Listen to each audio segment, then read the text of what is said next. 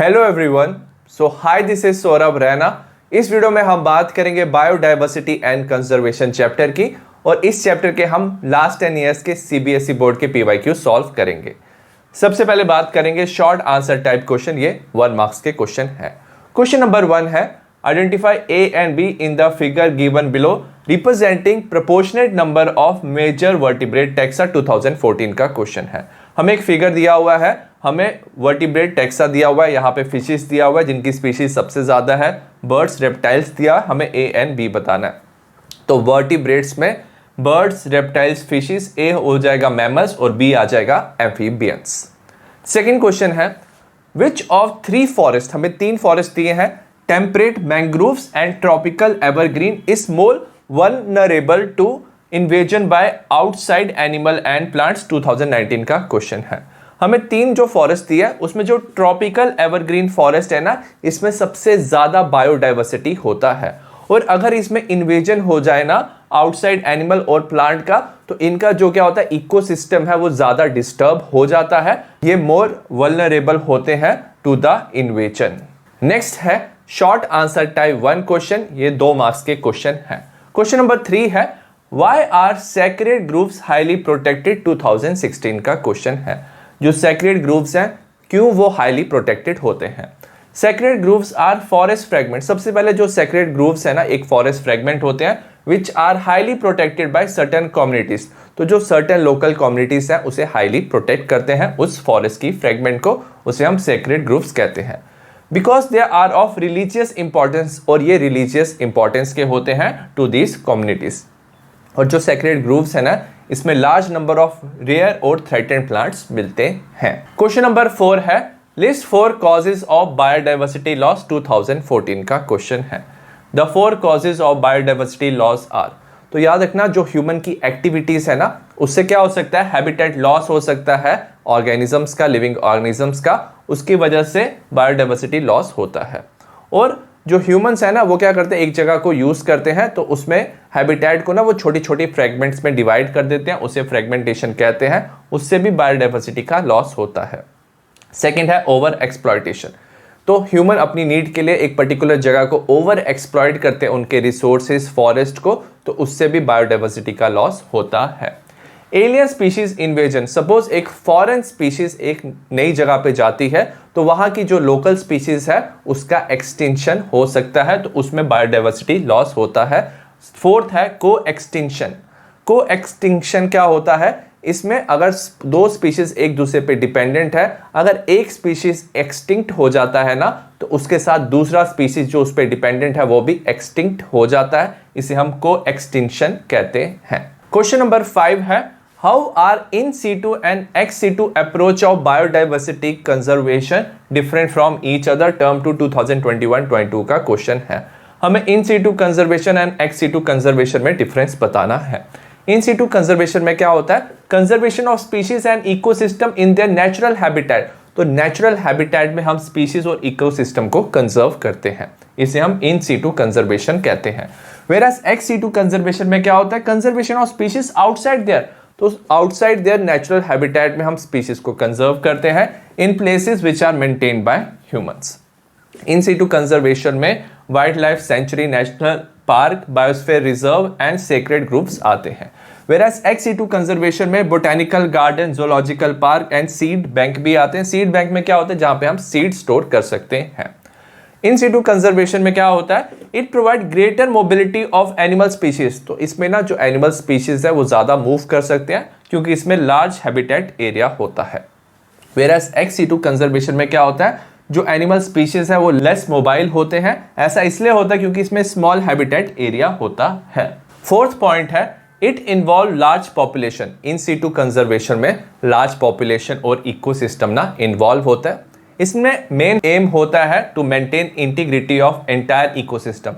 तो हम integrity entire ecosystem और उसकी बायोडाइवर्सिटी को मेंटेन करना चाहते हैं। वेयरएज एक्स सीटू कंजर्वेशन में ये अप्लाई होता है स्मॉलर और मोर मैनेजेबल पॉपुलेशन को, और इसमें हम फोकस करते हैं प्रिजर्व करना इंडिविजुअल स्पीशीज। तो एक पर्टिकुलर इंडिविजुअल स्पीशीज को प्रिजर्व करना चाहते हैं और जेनेटिक जो डाइवर्सिटी है उसको हम मेंटेन करना चाहते हैं। क्वेश्चन नंबर 6 है substantiate with help of one example that in an ecosystem mutualist, first part है टेंड टू को इवॉल्व, हमें बताना है इकोसिस्टम में जो म्यूचुअलिस्ट होते हैं वो को इवॉल्व करते हैं।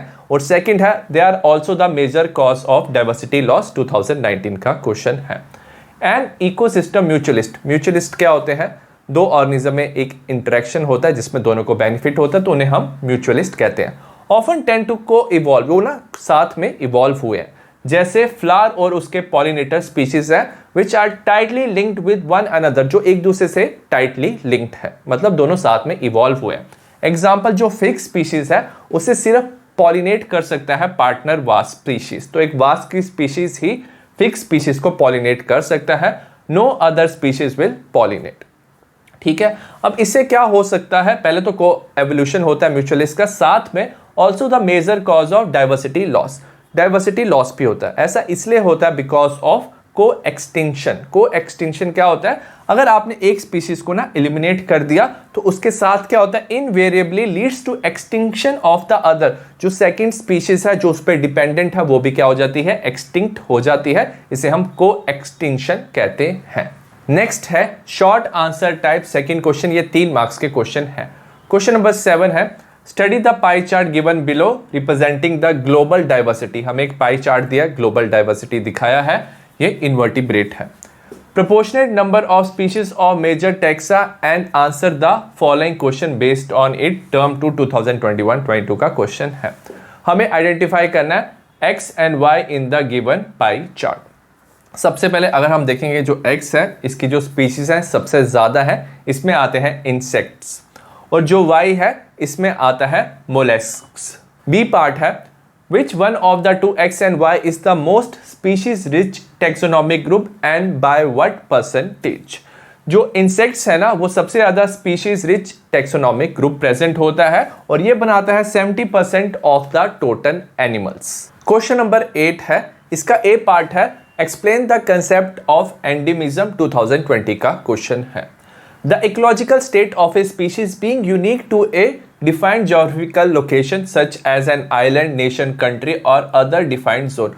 तो इकोलॉजिकल स्टेट होता है स्पीशीज का जिसमें वो एक पर्टिकुलर एरिया में ही प्रेजेंट होता है, तो वो एक पर्टिकुलर जोग्राफिकल लोकेशन में स्पीशीज प्रेजेंट होगी, जैसे एक पर्टिकुलर आइलैंड में प्रेजेंट हो सकती है, नेशन में, कंट्री में, और एक वेल डिफाइंड जोन में ही सिर्फ स्पीशीज प्रेजेंट है, उसके बाहर वो स्पीशीज अवेलेबल नहीं है, तो इसे हम एंडेमिज्म कहते हैं।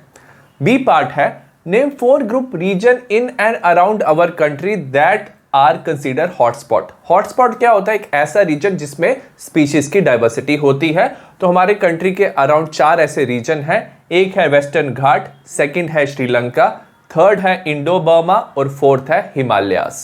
क्वेश्चन नंबर 9 का ए पार्ट है write the inference drawn by Alexander von Humboldt after his extensive exploration of South America jungle.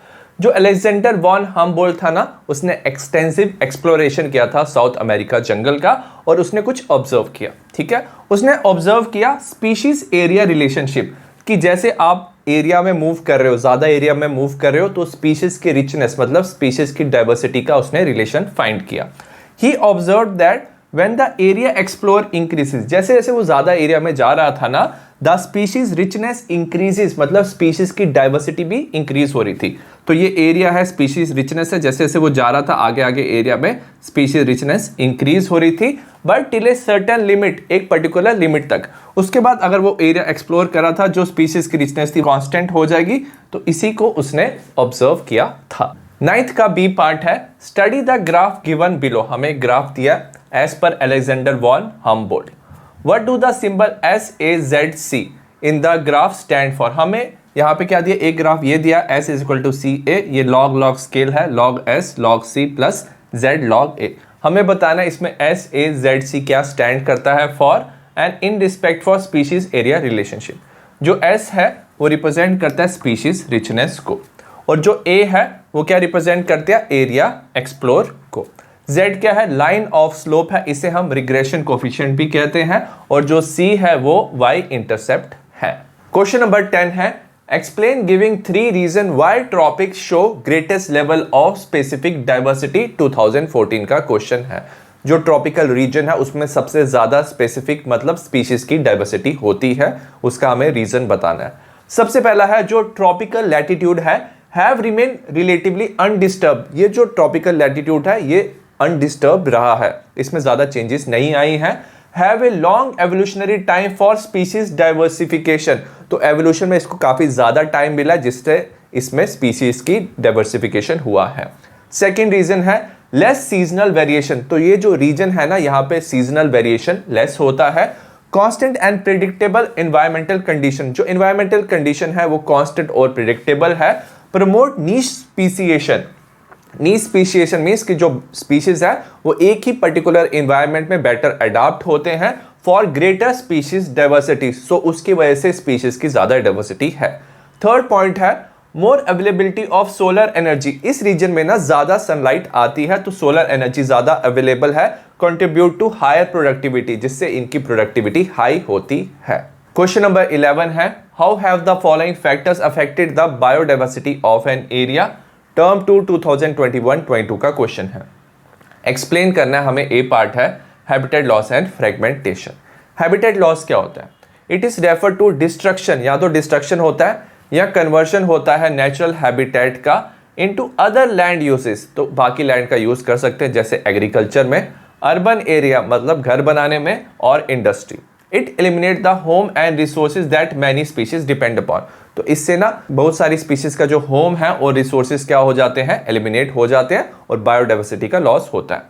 Habitat fragmentation क्या होता है? When continuous habitats are divided into smaller isolated patches due to human activity, human activities की वजह से जैसे road construction, building बनाने की वजह से जो हैबिटेट है वो स्मॉल स्मॉल पैचेस में डिवाइड हो जाता है, उसे हम हैबिटेट फ्रेगमेंटेशन कहते हैं।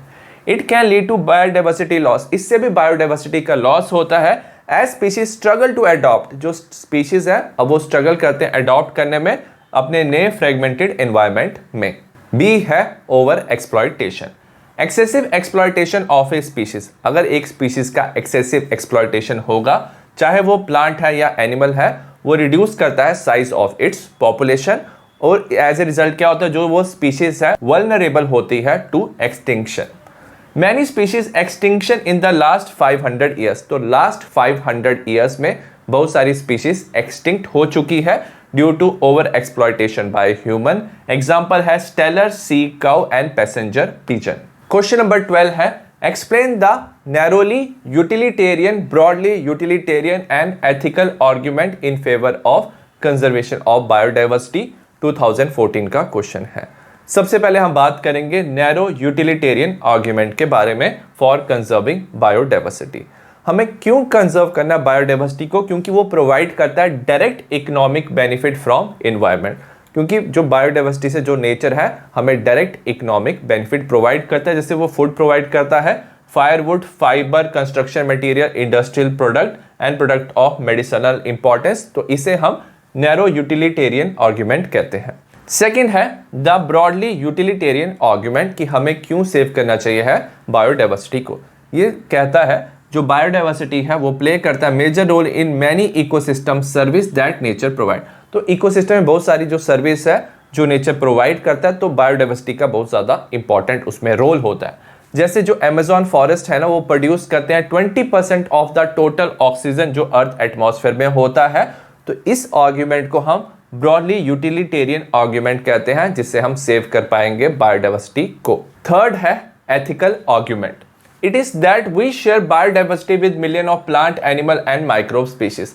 तो एथिकल आर्ग्यूमेंट कहता है बायोडाइवर्सिटी है हम शेयर करते हैं मिलियन ऑफ प्लांट, एनिमल और माइक्रोब की स्पीशीज के साथ, और हर एक स्पीशीज का इंट्रिंसिक वैल्यू होता है even if it may not be economic value to us, suppose वो इकोनॉमिक वैल्यू के नहीं है बट स्टिल उनकी कोई इंट्रिंसिक वैल्यू होती है।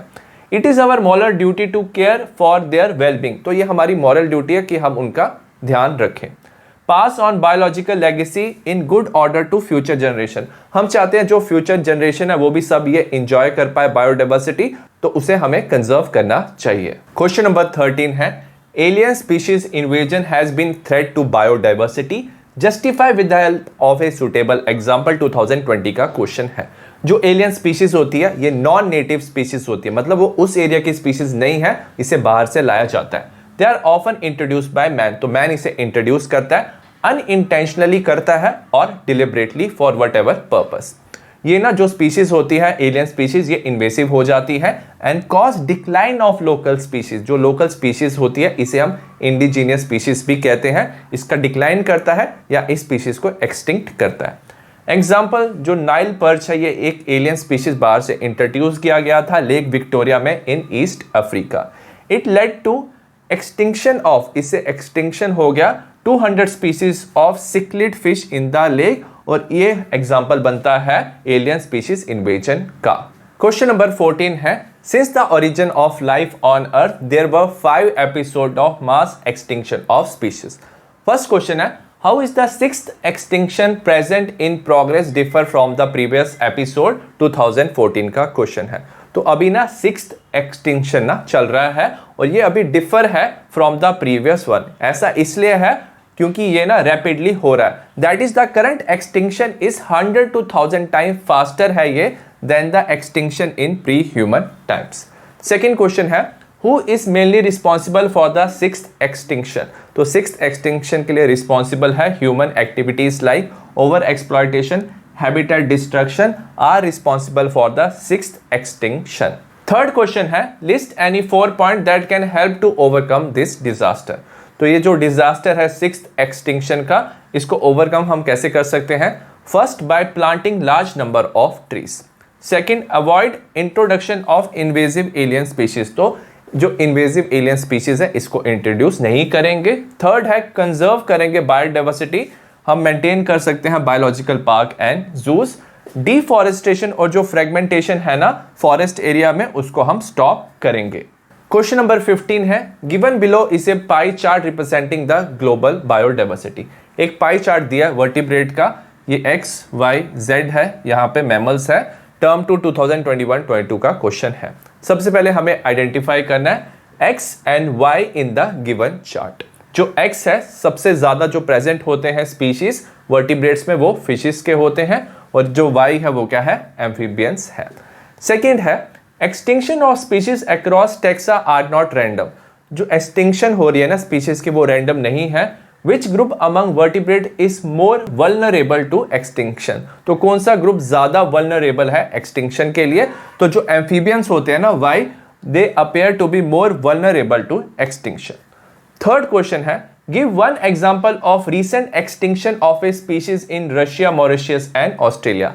हमें एक एग्जांपल बताना है extinction of a species. Russia में एक्सटिंक्शन हुआ है स्टेलर सी काउ का, मॉरिशस में डोडो का, और ऑस्ट्रेलिया में हुआ है थाइलासाइन का। क्वेश्चन नंबर 16 है, how did David Tilman relate experimentally the stability of a community and a species richness, explain.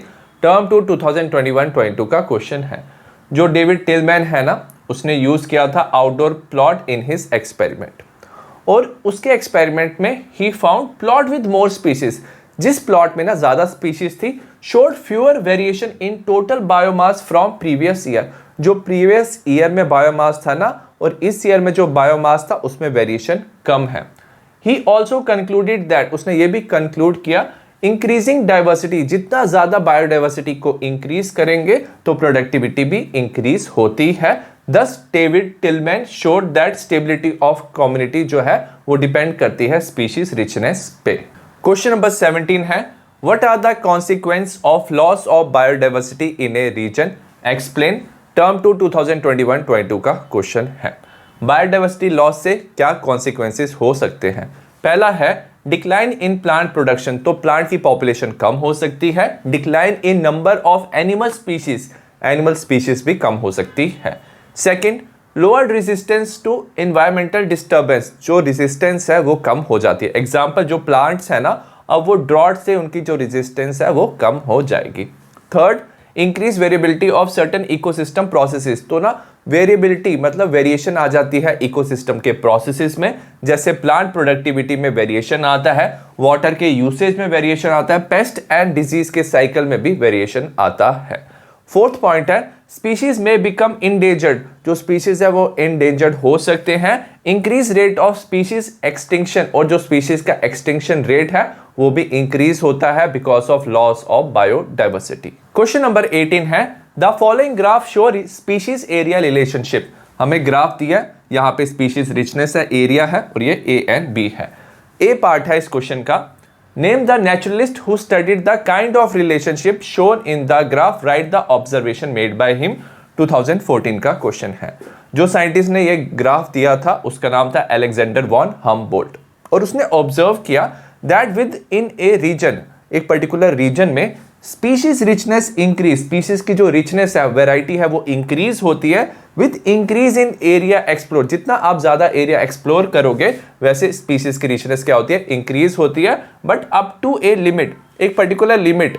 उसके बाद क्या होगा, अगर आप ज्यादा एरिया एक्सप्लोर करोगे तो ये ग्राफ क्या हो जाता है, कांस्टेंट हो जाएगा। बी पार्ट है, write the situation as discovered by the ecologist when the value of Z, value of Z हमें बताना है, z रिप्रेजेंट करता है slope of line lies between.